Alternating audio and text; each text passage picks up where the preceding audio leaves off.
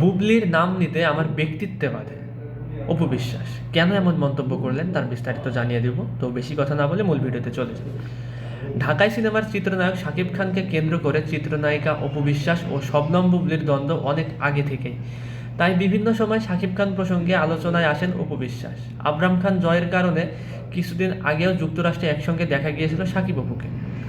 শাকিবের আরেক সাবেক স্ত্রী শবনম বুবলি ও সন্তান শেহজাদ খান বীরও শাকিবের সঙ্গে অতীত সম্পর্কের জেরে প্রায়ই আলোচনায় আসেন। তাই অপু ও বুবলির মধ্যে যে দা কোমড়া সম্পর্ক সেটা সহজেই অনুমেয় করা যায়।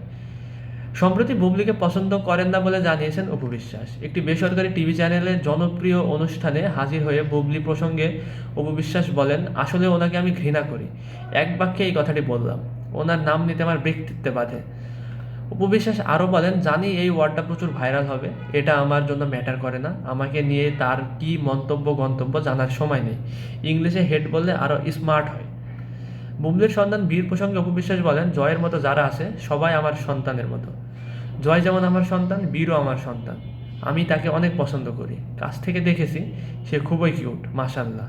তাকে আমি মন থেকে অনেক দোয়া করি। বাবা হিসেবে শাকিব খান ও তার দুই সন্তান প্রসঙ্গে অপু বলেন, আগেও বলেছি সাকিবের পৃথিবী এখন একটাই। সেই পৃথিবীতে আছে তার দুই সন্তান জয় এবং বীর। সেখানে এখন আর কেউ এন্ট্রি নিতে পারবে না। দুই সন্তানের কারণে সাকিবের মধ্যে অনেক পরিবর্তন এসেছে।